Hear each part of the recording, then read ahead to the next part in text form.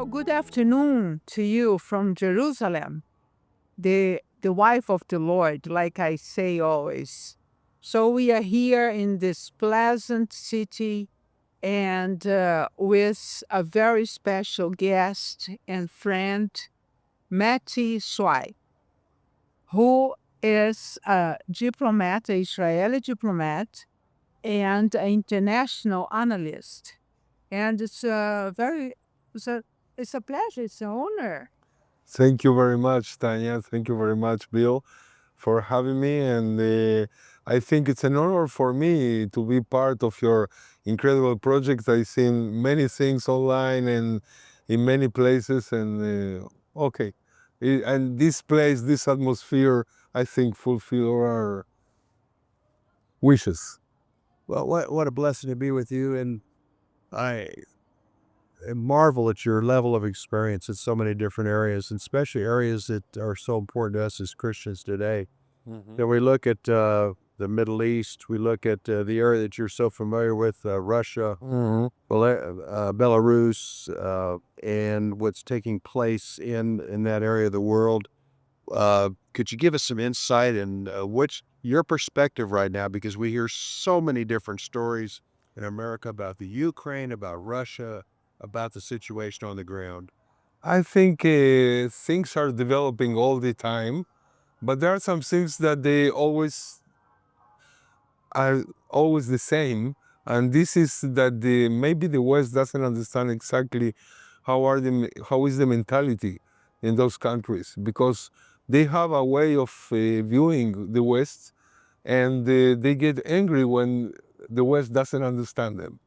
And I'm not talking about the war with Ukraine or who is to blame or who is to conquer, because if you see the history, all these lands have changed hands. It was also Russian and also Tartar 400 years ago, and Ukrainian received Crimea as a gift in the USSR. So today we are in a new phase, and I think everybody must think how to go further. So you were born in Uruguay, I understand. How your roots and your Jewish roots? Well, because I come from a Jewish family, and but I was born in Uruguay. My grandmother came from Lithuania. She was the first from 11 sisters and brothers. Most of them died during the Holocaust, but she saved herself going in the 20s to South America.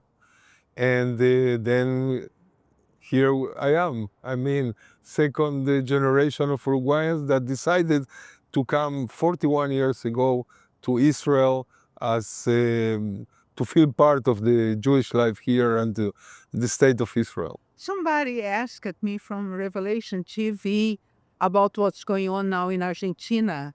All the Nazis that went to Argentina and that what Milei is doing now, trying to expose. Can you tell more about it? Well, from what I understand from my Argentinian friends and my analysis, he's doing a big revolution, because first he say, let's be part of the West. Stop being part of something else that is not part of us. We have a Christian Jewish mentality, and we must stick on it. So my first friends are the United States and Israel, and part of it is also revealing archives from the Peron era and all the Nazis that went very easily to South America, part of them, maybe thousands, to Argentina. And we are revealing what was this bad part of the history in Argentina now, and with a government that is completely believing that the partnership with Israel and with the States is very important for the future of the West. Well, we've been following the situation very closely between Russia and the Ukraine. And there's obviously a lot of concern that the United States might get pulled into a war. I think in some ways Russia does not trust NATO. They're concerned about NATO taking on the Ukraine. NATO's already taken on Finland and Sweden, which Russia considered a threat. Mm-hmm. And even President Trump said recently, Russia continues to fight this war, but they're not gaining any land, and more people are dying. Mm-hmm. It's and then the last couple weeks, Medvedev, former president of Russia, Yes. has mentioned that Russia's a nuclear power, Mm-hmm. and then President Trump is going to be testing some of our nuclear weapons. And there's the big concern right now is the United States is going to be sending some advanced Tomahawk missiles to the Ukraine. Ukraine. So this is a very volatile period. And so with your experience in the region, understanding the languages, where do you think we are today when it comes to Russia? Where do you think we are with NATO and even the United States? What's the posture? I think that Trump did a good thing to say to all parts, you must stop. You must get to a ceasefire, because if they continue to kill each other, nothing good is coming out of it. So of course America has its own interest, and this is not. Of course, Trump asked from Zelensky, let's sign something that I can also be part of all your minerals you have, but then you have to agree to a ceasefire, because when you see what's going on, people is having 1 kilometer here, 1 kilometer there. Nothing is going to change in the future, but they are just killing each other. And if you want, you have a purpose of peace, and this is the best way, is to stop now and to think after, in the future, when you already have peace. So I think Trump is doing the right thing. From the other side, they have to understand them from the Putin side. They have a history. They see that the NATO say they are not going to Eastern Bloc of Europe, and they went to the Eastern Bloc of Europe, and now they are really on their border. So everybody must come to their senses and sit and have a ceasefire and maybe a peace in the future. Do you think President Trump will provide advanced Tomahawks to Ukraine, or is that more of a strategy or They already did it through Europe in the past, and now if they are not giving them straight, they are going to give them through other countries. So my answer is yes, I think they are going to receive. How do you think President Putin is going to respond to this? The question is not how he's going to respond, because they are rational. Look, they are a nuclear power. They could use it in the past. They didn't use it, and I think they understand why, because it's the end for everybody. I mean, I always keep in mind what I, many years ago, studied in university with the Cuba crisis missiles, that they were talking that we are going to attack you, and they say the same from the United States and the same from USSR. And when they were going to push the button, both sides say, okay, let's go back and let's not do it, because it's the end of all the entire world. The Russians also know this, but of course you must take in consideration that they can think about a mini nuclear war or something that can be very bad for the world. So we better sit and think about it again. I think one last thought on this, Tanya and Matty, is what about China? What kind of role do you think they have at this time? Is their influence significant, or is it more posturing on Russia's side? China is doing what they have to do, which means develop themselves to feed 1,400 million people. I wasn't in China 30 years ago, but I was in China and I saw a lot, like 12 years ago, 13 years ago, and I understood that they don't care about nice words like freedom of human rights. They care about giving money and jobs and feeding all these people. And it's like the people there understand there must be an upper control to get this. So it's not for our mentality, but they are trying to do the same in all the world. And of course, they have also the goal of attacking Taiwan in some moments. So United States must be very strong on this because this is going to disrupt all the microchips industry in the world and a lot of things that can disrupt all the world and leave all the power in China's hands. So what the President Trump said, he's quite right. The question is, in what way do you cope with this? Because they are not going to stop to offer all the world their help, which means to help themselves. Like in Africa, they help themselves. They took all the minerals, everything. They are only helping themselves and not the local peoples. So the West must rethink how to cope with them. Go ahead, Todd. Yeah, I know. I was just, you are back in Israel, Yes. and we are here in the Christian Summit media that the Israeli government invited hundreds of journalists from all over the world to give a new perspective and how it happens in Israel. How is your perspectives about the Israeli politics at the moment?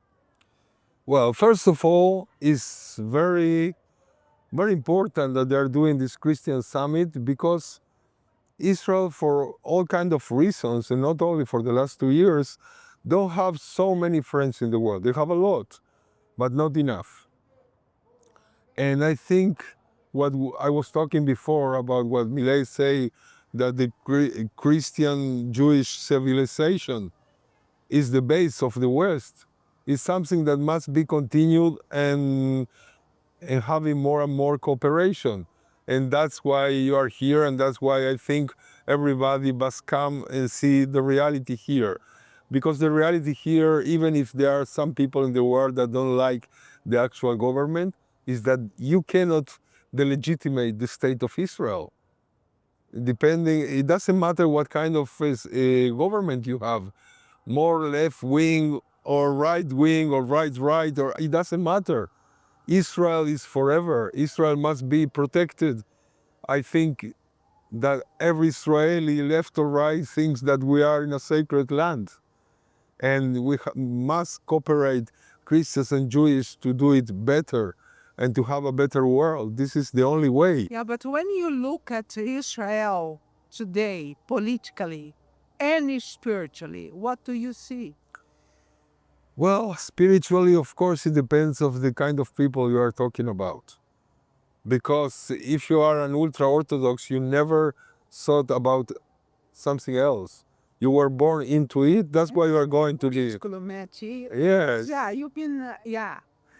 Politically, I think that the people has been very disappointed in the history, giving more and more opportunities to the Palestinians to share our history here, and they didn't take it, and they were planning to attack us. So of course, politically, most of the people are thinking more what the world say to the right, that they must defend themselves and don't really take care about their aspirations. So this is from one side. From the other side, it depends personally from every person and every ministry, how are they doing things. Sometimes people like it, sometimes don't like it. But the main thing that Israel must be forever, and we must protect it with our friends alone and also with our friends. You know, I've been for 25 plus years, Tanya and I have been great friends of Israel. Been very proactive in the evangelical community, which is Israel's best friends. Yes. And the appreciation in the Christian Media Summit and others here in Israel are very appreciative of our support. And we're even under attack right now, those who support Israel in America. And I remember, I think it was around 2010, ambassador, at that time, Ron Dermer, before he was ambassador to the U.S., said that the anti-Semitic root since the Holocaust has not died. It's gone underground, but it's going to resurface one day. And that was around 2010. And here we are, 2025. We've seen the propaganda of the October 7th spread throughout America and around the world. I have another friend, Olivier Melnick, whose specialty is writing about anti-Semitism. We're very concerned about anti-Semitism. And how do we defend against it? For me, it's a problematic question because it's like Lucifer is taking care of this That's whole thing. very well. I mean, That's very good. how could we think? I can think about in the Muslim world or some faceless people in Europe or even in the United States that they don't care about what is going on. They look only the headlines and they are having all this woke bias of, hating Israel for genocide that they cannot prove or for apartheid that, I was yesterday talking about the head of Bank Leumi, the biggest bank in Israel. He's a Muslim. So what kind of apartheid? You have Muslim judges here, Muslim people in every place in Israel, and people in the world is talking about apartheid with all this terrible. I don't know who is founding them. It sounds like Lucifer himself is founding them, and we have to connect. We are we think very much. It doesn't matter from what kind of politics you see in Israel. Everyone understands that the evangelists in the States and Europe, blessed, but also in a lot of places, they are the best friends, and we must cooperate and deep all the relations to show the real Israel and to show what can be done in the future. Did you see a change in Israel before 7 October and after 7 October? And did you see a difference with this war than others? I think I've been in Israel in like 5 or 6 wars myself. Yeah. And I am only 40 years here. Israel has almost 78 years. Yeah. And nothing can be compared in the soul. Yeah. Like before and after 7th of October. Because it was mainly about civilians and not about soldiers. And also soldiers are human beings. Of course, we cry about the soldiers, but they go for the war. But when this was the purpose of these evil people was to destroy civilians and the resilience of the Jewish people or the Israeli people. This was terrible, and this did a big system in the before and after 7th of October. And people from one side became more faithful, and from the other side, a lot of people became maybe more apathetic or they don't care about anything. And this is a process. This is going to be years of healing if it's really going to stop now. And also the psychological point of view. Many people today, they are really broken. Many people is committing suicide. And I think to go back to faith, it can be very good for many people. Yeah. So you think it's very good for us to bring perhaps Yeshua?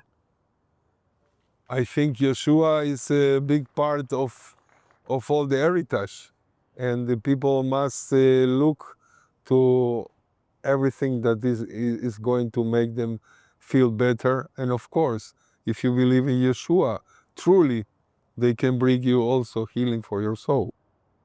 And I think the fact that we've continued to come to Israel since 7 October and continue to be supportive of Israel.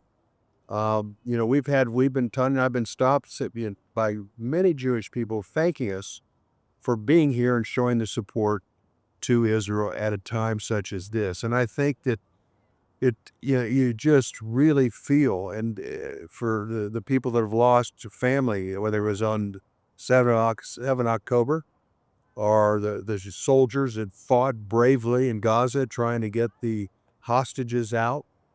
And even, but at the same time, I mean, it was a blessing and curse. The curse of the event, but the blessing was taking down Hamas, eliminating the leadership of Hezbollah, a very successful 12-day war.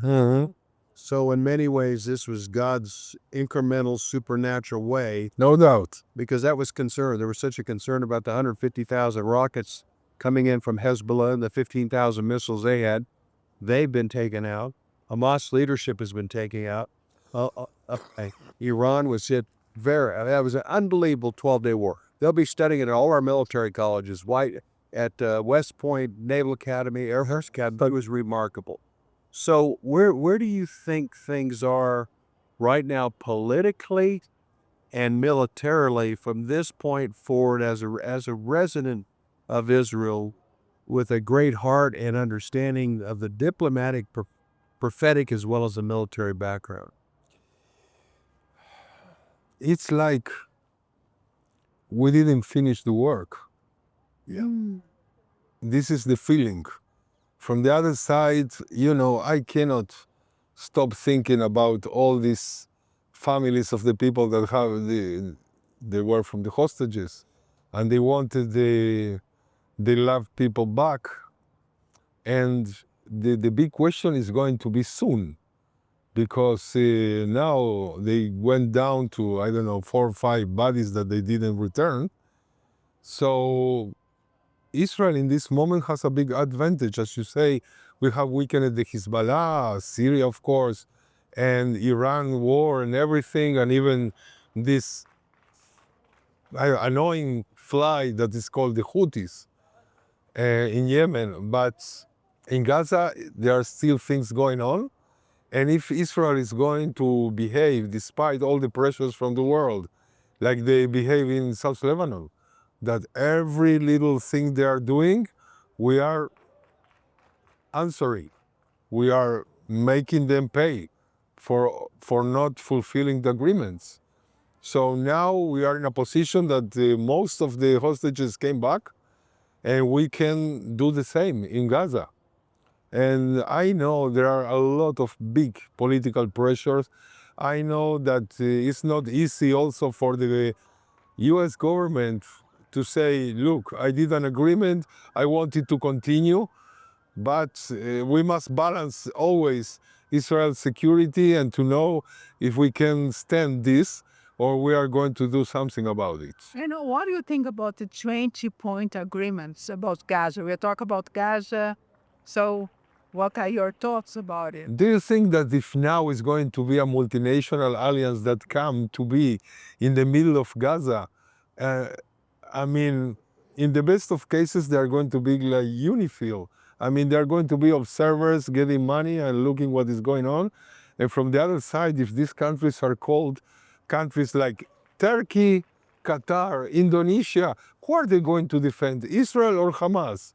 Who is going to disarm Hamas? Because the biggest, all the countries in the world agree with that, not only Israel and the US, that Hamas must be dismantled. Yeah. Militarily, if they want to continue thinking in their sorry, stupid way and to be part of any government in the future, they are going to say. But from the military point of view, they cannot stay with weapons in their hands. So who is going to dismantle them? So all these 20 points, you have 14 points that they cannot be fulfilled in this moment. Today I woke up with a bitter taste in my mouth, like the Dutch say, about New York. Yeah. What happened in New York, and I'm still processing it. Although I wrote an article about it to try to put all my thoughts on it. And how do you see it? And how do you see the Abraham Accords? Oh, well, there are two different questions. Yeah. But first about New York, you have some political movements in the life when anyone that is going to run for mayor or for president is going to be elected. I think if they would put a donkey, he also would be elected, because this is most of the people in New York. They are very concentrated in themselves. They listen about peace in the world, justice for everybody, and all the young people is voting for him, and they don't understand the consequences. See, I have seen this in Europe. I have seen this 30 years ago. I have seen how the Muslims came slowly, and how they infiltrated in the government, and what is going on now in Europe? Because they are democracies and they are now afraid of their voters, like in the UK, like in Brazil, like in Holland. In Holland, Of the course. situation this moment is horrible. Wilders won't get any position anymore. Some people from UK told me, look what is going on. And I say, look, you have a democratic country with a lot of boundaries, a lot of limits and what people can do and they cannot do. If you forbid Sharia, or if you only limit Sharia to people that from their own will want to get married or divorce or get married by Sharia, this is enough. You don't have to receive all the other laws, which are anti-democratic and anti-everything. Okay. Do you think Trump, Abraham Accords, his trips to the Middle East, his agreements and deals with the Middle East has opened this door even wider? I am a little critic about this, but not because of the Abraham Accords. Abraham Accords are good for Israel. In the same way that the peace with Egypt or with Jordan was good for Israel, and we didn't know what is going to be in the future. But peace is better than war, that's for sure. The question is, what are they preparing for the future? You know, like in the Sinai, they were terrorists. They say, look, let me fight these terrorists. So they broke the accords from the 1979 agreements, and all the tanks and all the Egyptians are coming to the Israeli border. This is something that it was not in the accords. Now they are in our borders again after 40 years. And now if they disagree with Israel, it can be dangerous. So we don't know what happened with Abraham Accords. In Abraham Accords, you have Emirates and you have Bahrain, and Bahrain has a 10% Sunni that they are ruling on 90% Shia. So tomorrow they can just finish. Then, unfortunately, it can be potentially the same in Jordan, which is a place we were really helping the king there to rule with the Hashemite minority that they are 15% over all the rest that now are 65, 70% Palestinians or Arabs from an area that passed to there. So we don't know what's going to be in the future. The Abraham Accords are good to plant the seeds of understanding, because I know thousands of Israelis doing business there, and this changes things. And Maybe the minds, maybe. Abraham Accords? Saudi Arabia and other things, because they are not going to do anything unless Yeah? not so fast. And I know many Israelis doing business already 20 years there, not only from the last year. What about the two states then? Because they always want the two-state solution. And we won't allow to divide the land. Because this land is from the Lord. Many years ago, I was in university, and I was young, and like all young students think that let's give peace a chance. And then I have neighbors who were studying their law in that case, and they told me, look, you can think what you want, but without Judea and Samaria, we don't have an Eastern contention of the potential dangers of the futures. And it's also the core of the country, of course. But you know, history is a very tricky thing, because like Kosovo was the core of the Serbian heart. Now Kosovo, it's a Muslim independent country, and it's not already the core of the Serbian heart. And the same is with Israel. So we have to do the best for Israel's security first, but also looking what is our history, and not just thinking, let's be like France or UK or any other country. This is a special country. This is the Holy Land. We must look at everything to get a perception of what's going to be in the future. Yeah, our concern at the UN General Assembly, September 22nd, 23rd, President Trump had his meeting with Arab leaders.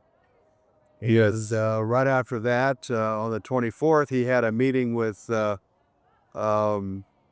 Erdogan at the White House, talked about how he was a great leader, popular leader, and jump up back a couple days on September 20th, Benjamin Netanyahu was there at the White House to discuss this Trump plan of peace, this first peace in thousands of years, and we were obviously very concerned about it. I think number 17 of the 20 points was a future Palestinian state. But I think the thing that's been most problematic since his meeting with Netanyahu, then the Arab leaders, then Erdogan, and then the peace conference in Sharm el-Sheikh was since then President Trump has specifically said twice, I will not allow Israel to annex the West Bank. He's called it Judean scenario before, but one other point here, Matty, that's very, very interesting, for the lack of a better word, is we prefer calling it extended sovereignty to 134 Jewish communities. It's not annexation. It's not taking something you don't own. It's the extension of sovereignty to 134 Jewish communities that is biblical, Abrahamic covenant land. Of course, and it's also 400,000 people. Yeah, So exactly. this is also another thing. You know, when Ulmer was in 2006, the prime minister, he say, look, all this, most of it must stay in Israel. We can give you other lands close to the Dead Sea, and I don't know what more they talk. They didn't want anything. They didn't want to listen about anything. They were, I mean, you know, you were talking about Russia and about the Second World War, for instance. Is someone really thinking about asking Russia to give back to Germany Kaliningrad? Is someone really thinking about giving the south of Poland to Germany because they took from them and many other things? I mean, we are talking about a double thing, even better for us, because we not only conquer our territories, we also won the war. And since then they say, yeah, we attack you, but we want it back. Even if we are talking about only military point of view. I mean, it's not ethical. I mean, it's also the core of the Israeli, and I understand everything because, you know, from a completely justice point of view, we should take back Hebron and Jericho, and maybe let them take some places in the Galilee. But this is not real. You cannot all the time cut everything. You must get a future, if they really want a future for themselves. I mean, there was no Palestinian people before 1964. They were Arabs from the area. Some of them, they were Jordanians, some of them, they were Egyptians, some of them, they were just, you know, Palestinians in the sense that the Jews were Palestinians before 1948, or Ottomans. They had never been such a... Yeah. And now they say, oh, we have a right here for thousands of years. Jesus was Palestinian. Jesus was from a Jewish family, and he converted in what he converted in a new religion and in the Messiah. Okay, so what are you talking about? So people must understand, in this tiny place of the earth, give history and peace a chance, and don't pressure only Israel.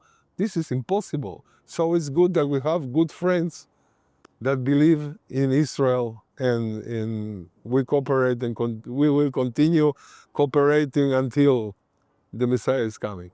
Amen. Amen. That's a very good, yeah.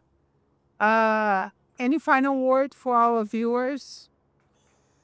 I would think to see people like Bill and Tanya, but much more in Israel. Thousands of people like you, with your heart real with us, real with Israel. And thank you very much for having me here. Oh, thank you for joining us today, Matty. Thank you. It's been a pleasure. We appreciate you very much and your incredible insight, heart for Israel, historical perspective.